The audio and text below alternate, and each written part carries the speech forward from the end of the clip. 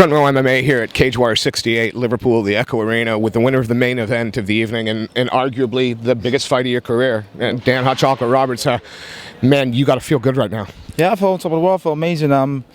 It was a fight that kind of I took it with both hands. I asked for Jimmy as soon as he got signed to Cage Warriors, and to be able to fight in Liverpool, like I just knew the ingredients to be able to make it a good fight, and for me to be able to come on top was just, it was too much. And like I said to the last interview that I had as well, was just it was just a recipe for success. Like, I've had such a good fight camp, mentally and physically. I've been invigorated the whole fight camp for the last 10 weeks, and I just kind of knew that with that, having all the support of my friends and family, them being in there in spirit, I walked out to a song that was in remembrance of my mate's younger brother who passed away last year, and it was just, everything just felt right. You know what I mean? I felt on top of the world, and it was kind of like a little bit of a euphoric feeling, looking down on myself from outside of my body. Do you know what I mean? And like I say, everything just felt perfect. And even though I did have a little bit of a tough spot in the first round, it's one of them. It's MMA. Anything can happen. And I knew that Jimmy's a tough opponent. Do you know what I mean? I knew it wasn't going to be a walk in the park. Do you know what I mean? But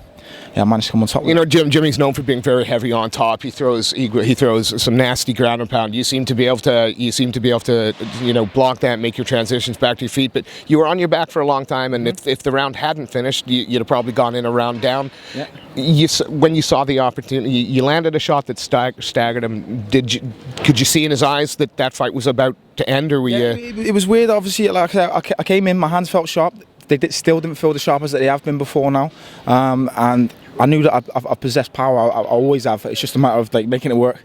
And with MMA, you've obviously got like another 6-7 different martial arts that you need to sort of battle against to be able to stick to one. But as soon as I hit him, I can remember him sort of stumbling on one of the shots before he took me down again.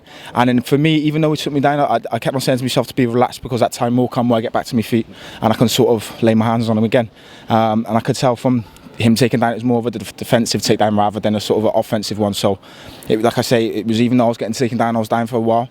I just wanted to maintain it and stay calm, and obviously block his ground and pound, because I knew that when we get back up, he's going to be more tired than me. Again, you played the defensive ground game incredibly well, and you eventually got back to your feet. You know, a lot of people on the social media and stuff, they had you maybe as a slight favorite on social media, and then you talked. This was a really close fight, and I consider it probably the best UK MMA fight this year. I mean, this is the two biggest names. And was there any pressure?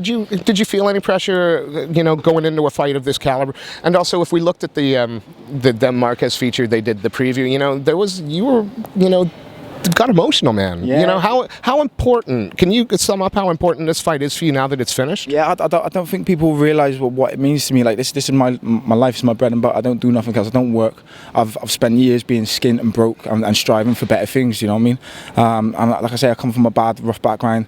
I've only had my family there to support me and show me love. That's it. And I want to be able to give them something back that I can't give without having this. And this is my fundamentals. This is what I've got. This is the power and the strength that I've got, like I say, from the struggles that I've had in the past, and I'm putting them hardships to good use now. You know, if that's going to keep fueling you, it could be a long night for welterweights stepping in the cage with you. You know, Nicholas Dalby, he looked impressive winning the title. Is that a fight that you want next, or are you waiting to see what Cage Warriors offer? What do you want now? Because this is a huge scalp for you. Yeah, like I say, obviously I've got a manager. I'm signed to Intensity, and obviously I'm with Cage Warriors still now. My 5-fight deal, that was the last one. I'm still unbeaten for Cage Warriors, so I'm sure we're going to come up with many options and possibilities and avenues for me to go.